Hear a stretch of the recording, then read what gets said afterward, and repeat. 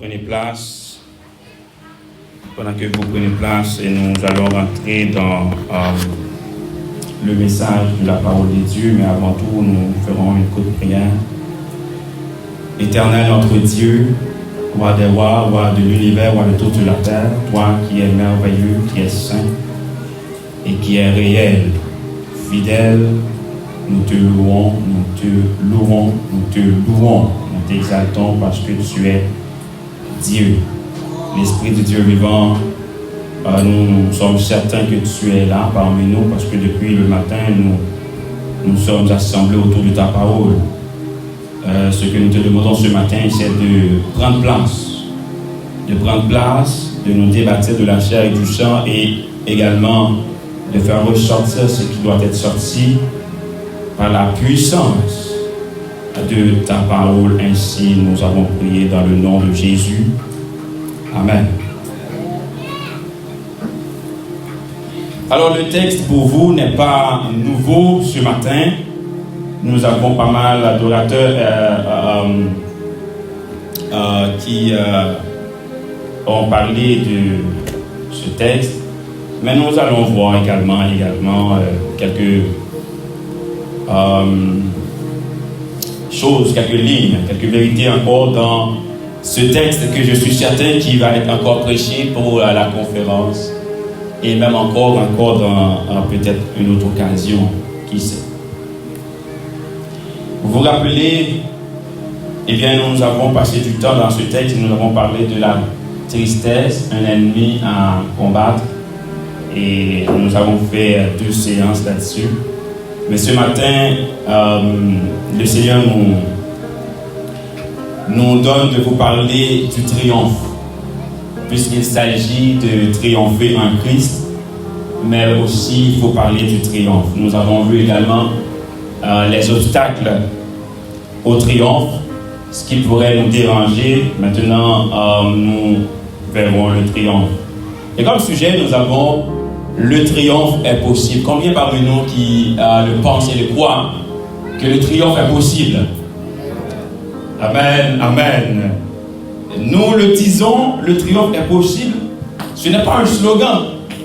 C'est parce que réellement, le triomphe est possible. Et le triomphe qui est possible, il est possible en Christ Jésus. On peut toujours triompher ailleurs, dans tous les autres domaines, mais si ce n'est pas en Christ Jésus, ce triomphe reste un triomphe passager.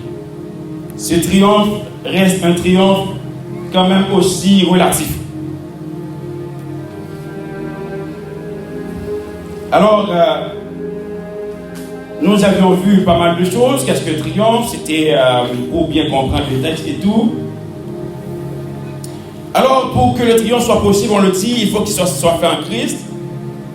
Vous savez que nous ne sommes pas sans savoir que nous sommes toujours exposés à des situations.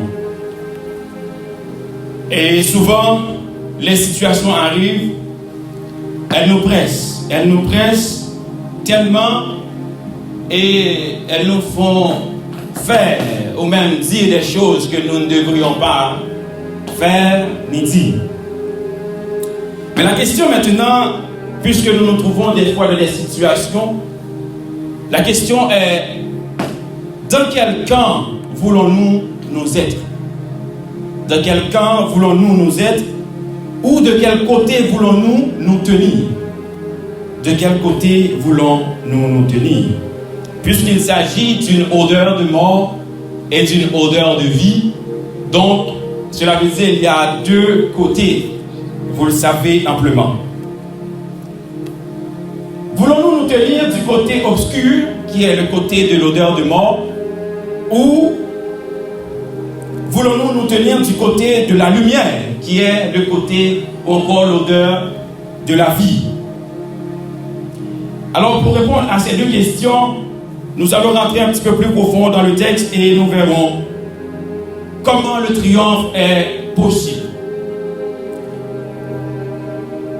Le serviteur, il dit: grâce soit rendue à Dieu qui nous fait toujours triompher en Christ. Donc, la première remarque ici, il y a un adverbe. Toujours. Donc cela veut dire, il y avait toujours des situations dans lesquelles ils se sont trouvés, qui étaient compliquées auparavant, mais quand bien même ils s'en sont sortis. Et ils sont sortis par Jésus-Christ, le Seigneur. Vous savez que l'apôtre Paul, il parle souvent, il dit, il relate beaucoup de problèmes. Beaucoup de problèmes, il y en a plusieurs. Et c'est également cela qu'il est en train de parler. Il y avait un problème qui traversait l'église de Corinthe, mais il encourageait les gens à garder la foi, à avancer, à ne pas s'attarder sur le problème, mais de fixer les yeux sur Christ, parce que le triomphe est en Christ. Et si le triomphe aujourd'hui est en Christ, et nous devons fixer notre yeux, ou encore nos yeux sur Christ, eh bien nous devons comprendre que le triomphe est possible. Premièrement, il faut connaître, ou encore il faut reconnaître qui nous sommes et ce que nous avons en Christ. Pour parler vraiment du triomphe, pour qu'il soit vraiment possible et complètement dans nos vies, nous n'allons pas parler de quelque chose dont nous ne connaissons même pas du tout. Cela ne fait pas sens. Il n'y a aucun sens à cela. Mais si je parle aujourd'hui du triomphe, je ne mets pas ma foi et ma confiance dans le triomphe. Comme j'aime bien dire, je fais fausse route.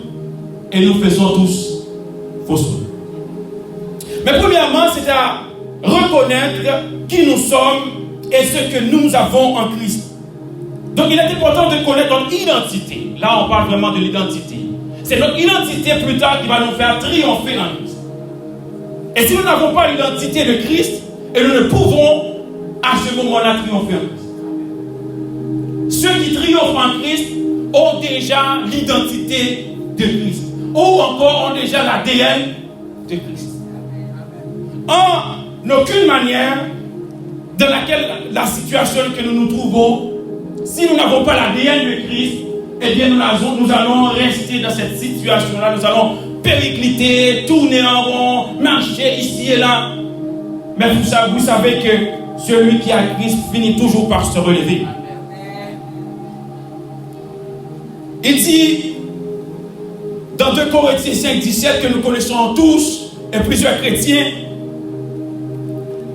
que les choses anciennes sont passées et toutes choses sont devenues nouvelles. Puisque nous allons faire rencontre avec Christ, nous sommes nouveaux en Christ. Donc si je suis nouveau en Christ, j'ai aussi le triomphe de Christ. Parce que Christ a triomphé d'entre les morts, moi aussi je triomphe d'entre les morts. Vous aussi vous triomphez d'entre les morts. Alors nous devons connaître qui nous sommes. Nous sommes aussi enfants de Dieu. Jean 1er 12.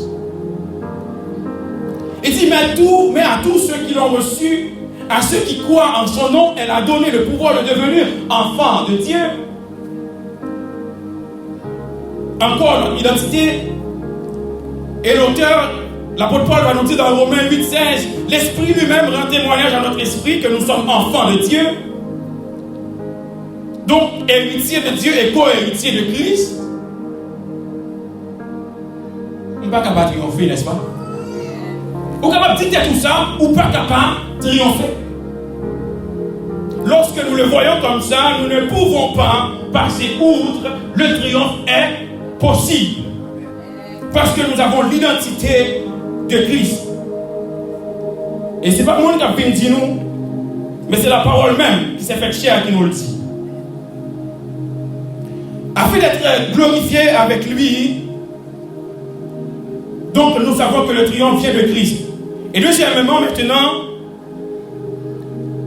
c'est de ne pas laisser, non seulement nous connaissons notre position, notre identité, nous connaissons ce que nous avons en Christ, mais maintenant nous n'allons pas laisser à Satan l'avantage de prendre ce qui est à nous.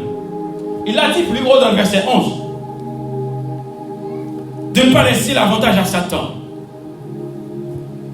Il a dit, afin de ne pas laisser l'avantage à Satan sur nous, car nous n'ignorons pas ses desseins. Je ne vous apprends rien sur la puissance de Satan. Et Satan a une manière, une méthode de fonctionner. Et comment qu'il fonctionne? Il vient toujours pour nous combattre sur notre identité. Il vient toujours pour nous faire voir que nous n'avons rien pendant que nous avons tout. Ils utilisent toujours ces manières-là pour prendre ce qui est déjà à nous. Le serviteur, il dit, ne laissez pas l'avantage à Satan. En d'autres mots, pas quitter Satan une fois, pense aux parents. Parce que laisser l'avantage à quelqu'un, c'est perdu d'avance. C'est de dire à Satan à ce moment-là que je te donne gagné, je déclare moi-même forfait.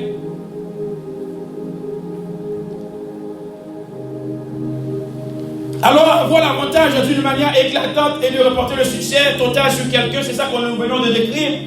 Quand nous laissons l'avantage, Satan, lui, il éclate sa puissance. Et nous avions vu dans les messages précédents comment laisser l'avantage à Satan. Donc, ne pas laisser notre position à Satan. Ne pas laisser notre identité à Satan, puisque nous savons qui nous sommes en Christ.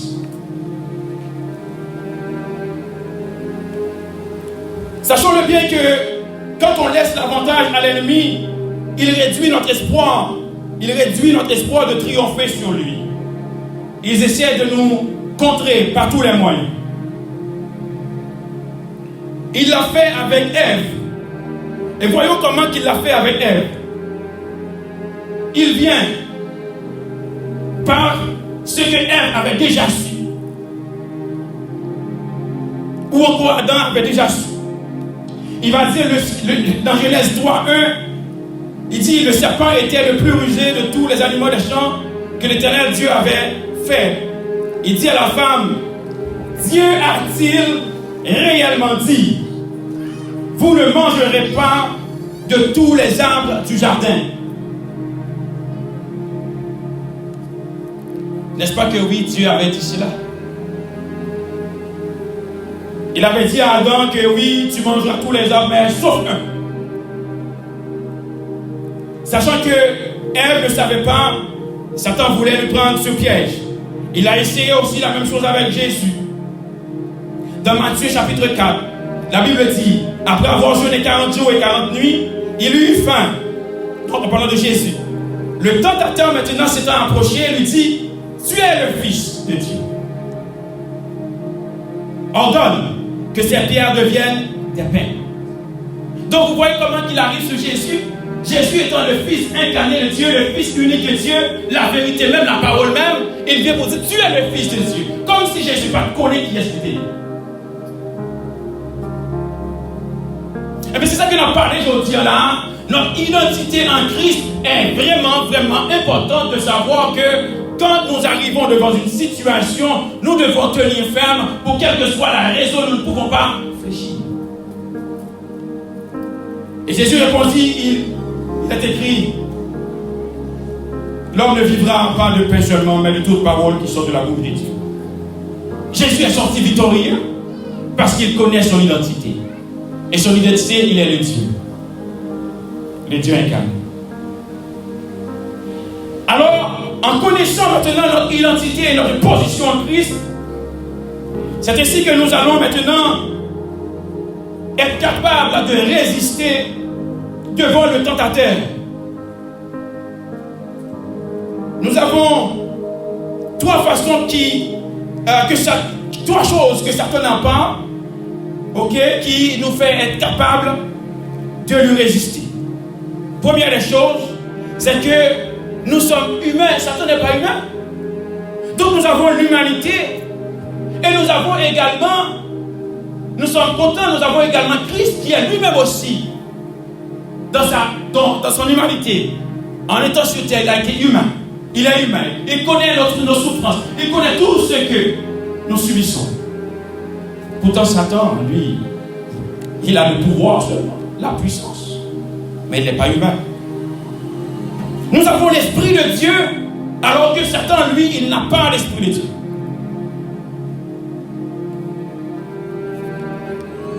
Et nous sommes soumis à Dieu, alors que Satan, lui, il n'est pas soumis à Dieu. C'est pour cela même aussi qu'il a été rejeté, étant l'ange de lumière. Maintenant, puisque nous connaissons que notre position en Christ, notre identité en Christ nous fait triompher, ne laissons pas l'avantage à Satan.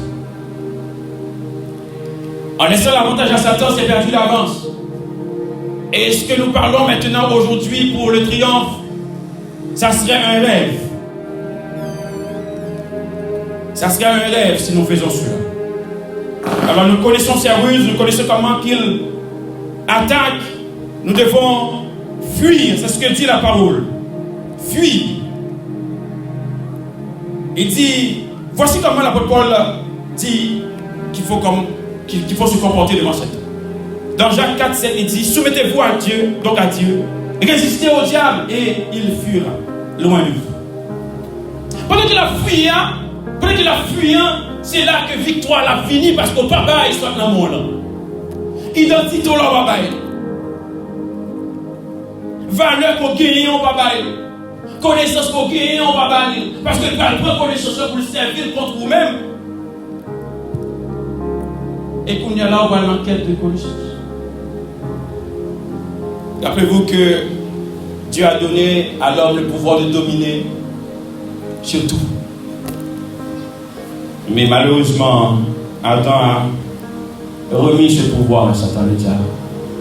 Et c'est lui maintenant le prince de ce monde qui domine. Donc vous comprenez qu'il attaque par notre identité. Dans Éphésiens 6, 11, il dit, revêtez-vous donc de toutes les armes de Dieu afin de pouvoir lui tenir ferme. Tenir ferme contre les ruses du diable. Donc, premièrement, il faut savoir qui nous sommes en Christ, notre position en Christ, et de ne pas laisser l'avantage à Satan. Il va dire l'odeur de sa connaissance. Qu'est-ce que cela veut dire? L'odeur de sa connaissance. On a déjà entendu parler. Eh bien, l'odeur de la connaissance de Dieu, quand nous connaissons qui nous sommes en Christ, c'est ainsi que nous pouvons parler de l'odeur également, oui, de la connaissance de Dieu. Comment? L'odeur de la connaissance de Dieu fait référence à ce moment-là à une relation personnelle. Une relation personnelle que nous avons étroitement à Dieu. Une relation personnelle que nous avons étroitement à Dieu. L'odeur de la connaissance également de Dieu peut être aussi l'obéissance aussi à Dieu. L'obéissance qui est aussi la manière sine qua non pour obtenir ce que nous avons besoin de la part de Dieu. Selon Jean 7, 16 et 17. L'odeur de la connaissance maintenant va libérer notre âme de toute erreur. Selon Jean 8, 31 et 32. Quand nous connaissons réellement qui nous sommes, nous connaissons également la puissance divine, nous connaissons Dieu lui-même, le Créateur, nous connaissons notre position en lui, donc nous pouvons faire des erreurs, nous sommes humains, c'est vrai. Mais la parole de Dieu dit que la connaissance de Dieu libère toutes les erreurs commises.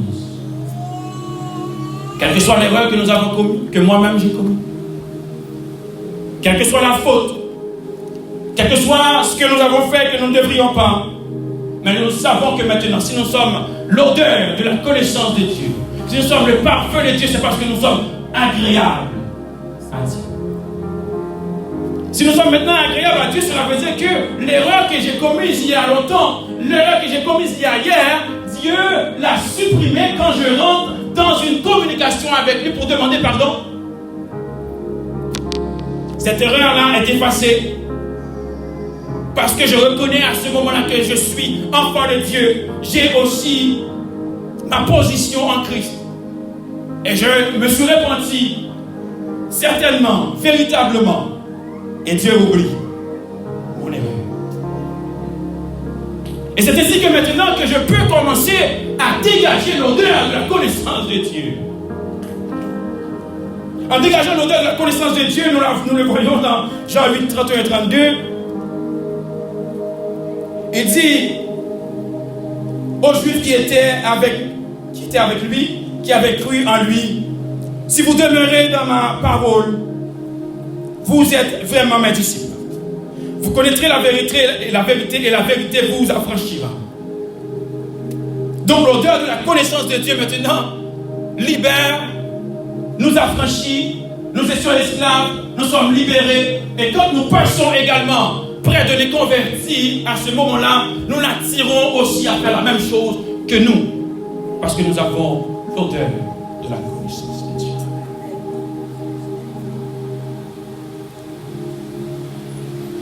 Et si nous prenons en parallèle un parfum de bonne odeur, vous vous rappelez le parfum de nard que la femme a utilisé, Marie, pour embaumer le corps de Jésus avant même qu'il soit mort. Les disciples ne comprenaient pas cela. Le parfum était bon, était cher. Nos frères, mon pasteur, mon frère Claubert en a parlé. Mais aujourd'hui, nous comprenons encore que Dieu nous compare avec un parfum. Et si Dieu nous compare avec un parfum, c'est parce que nous sommes agréables pour lui. Parce que Dieu ne va pas utiliser n'importe quel parfum. Et les parfums, autrefois, étaient utilisés pour oindre les gens. Et si nous sommes utilisés comme un parfum, nous avons aussi l'onction sur nous.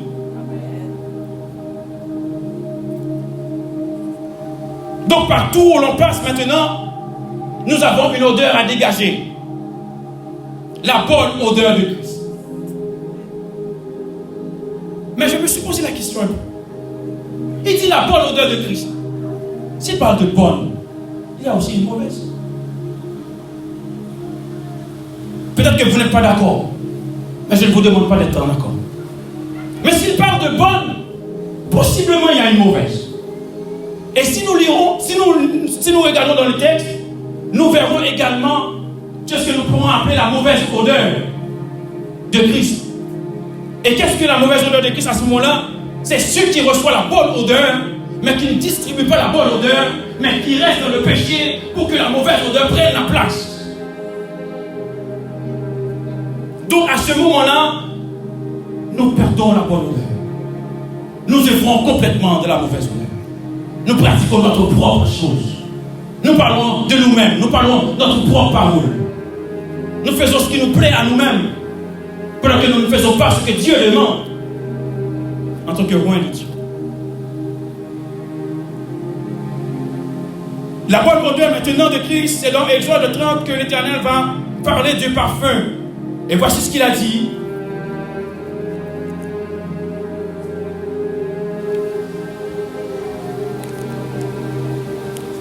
30, 34, 35. Exode 30, 34, 35.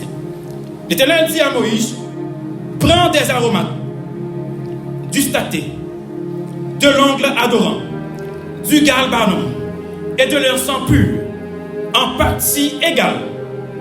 Verset 35, tu feras avec cela un parfum composé selon l'art du parfumeur. Il sera salé, pur et saint.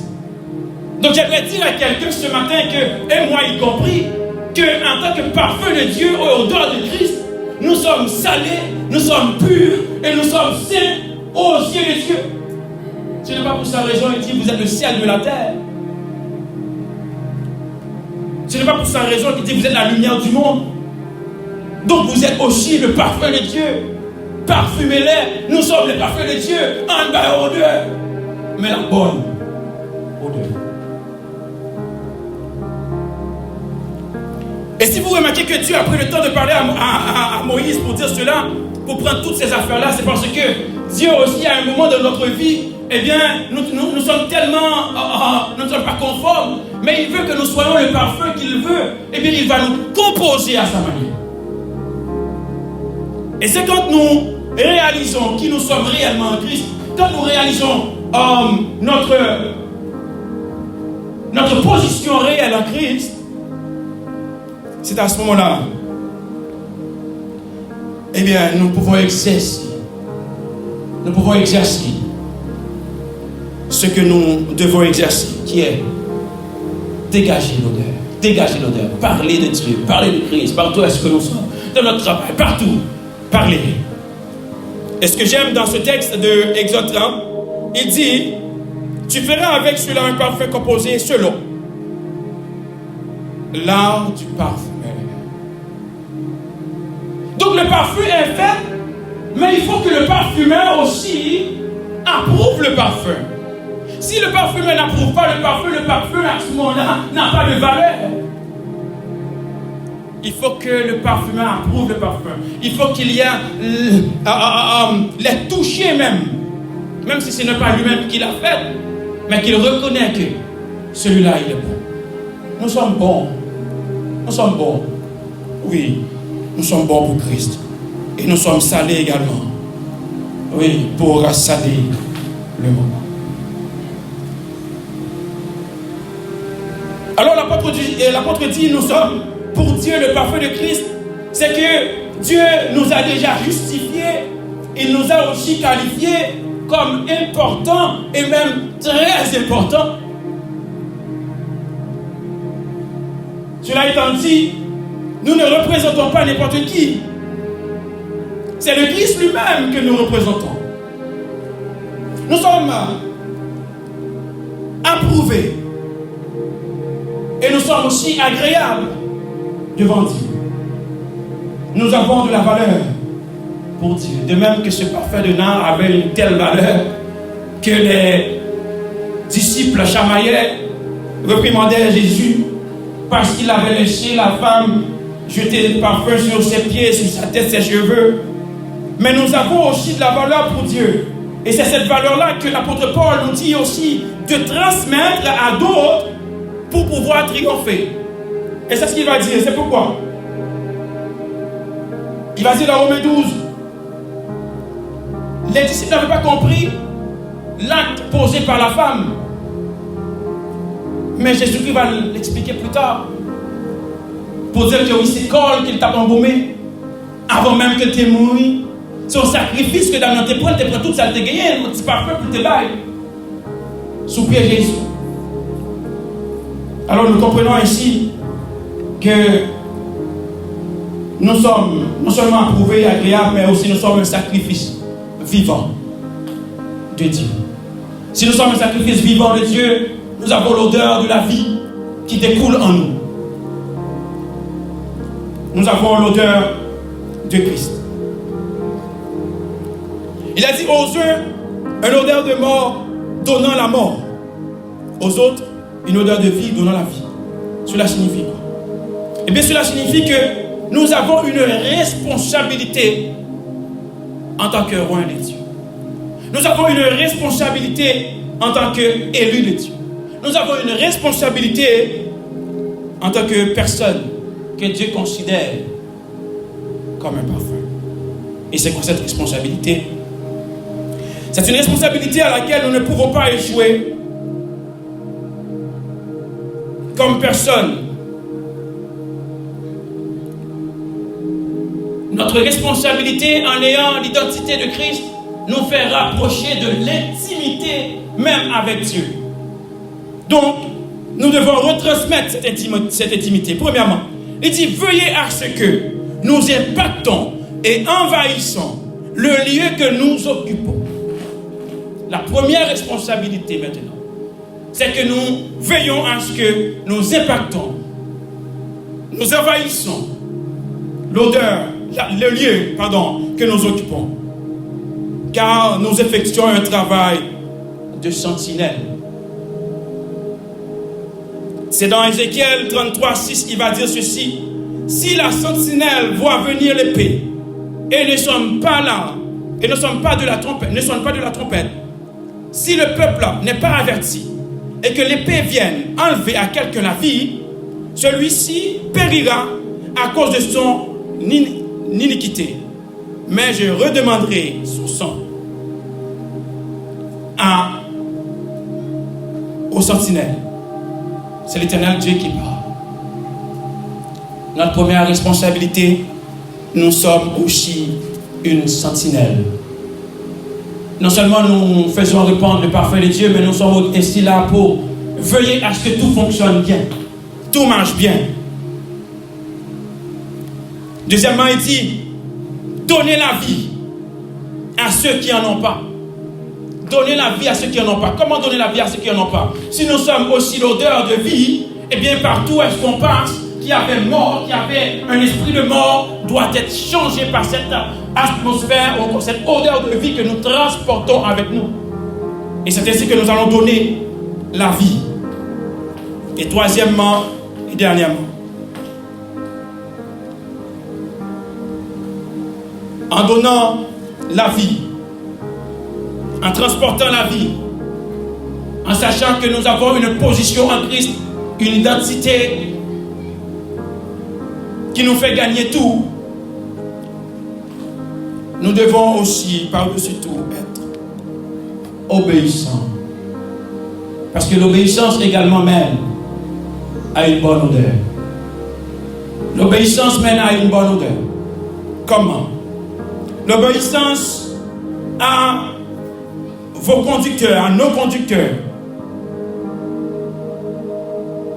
Et la soumission aussi à nos conducteurs, à ceux qui sont placés, nous donne également de vivre une vie avec l'odeur de Christ. Il dit ceci dans Hébreux 13, 17. Obéissez à vos conducteurs et ayez pour eux de la différence, car ils veillent sur vos âmes, comme devant en rendre compte, qu'il en soit ainsi, afin qu'ils le fassent avec joie, et non en gémissant, ce qui ne vous serait d'aucun avantage. Donc l'obéissance, la soumission, lorsque nous exerçons ces deux qualités, nous activons encore et encore plus l'odeur de Christ en nous. Lorsque nous acceptons que de marcher avec Christ et aussi de marcher avec les gens qui sont placés pour marcher avec eux, nous activons l'odeur de la connaissance de Christ. Alors, pour terminer, le triomphe, il est possible. Le triomphe, il est possible parce que nous avons une identité en Christ. Nous avons une position en Christ qui nous dit que nous ne pouvons pas rester en bas tout le temps. Un jour, nous devons monter. Et aussi, nous n'allons pas donner tout ce qui nous appartient. Nous n'allons pas donner à l'ennemi. Et ainsi, nous allons répandre partout où est-ce que nous passons, en étant obéissants et soumis, non seulement à la parole de Dieu, mais aussi à ceux qui sont placés pour exercer sa parole. Alors, transmettons cette odeur de vie, transmettons cette odeur partout où l'on passe. Ne soyons pas la mauvaise odeur de Christ. Quand nous passons pour nous parler, nous. Mais quand nous passons, il faut nous remettre. Quand nous passons, il faut nous dire, eh bien oui, cet homme, cette femme, il est serviteur de Dieu. Il apporte quelque chose. Et il change l'atmosphère. Quand sa présence est là, c'est aussi le Christ qui marche avec lui. Il change tout. Et j'entends l'auteur du cantique 212 qui dit ceci, puisqu'il s'agit de triompher en Christ. Et quand nous connaissons notre identité et notre position, et nous ne pouvons pas passer outre, nous ne pouvons pas faire fausse route, il faut se mettre debout pour chanter. Et oui, pour lutter, parce que le triomphe, alléluia, est possible pour ceux qui luttent à genoux. Que le Seigneur vous bénisse.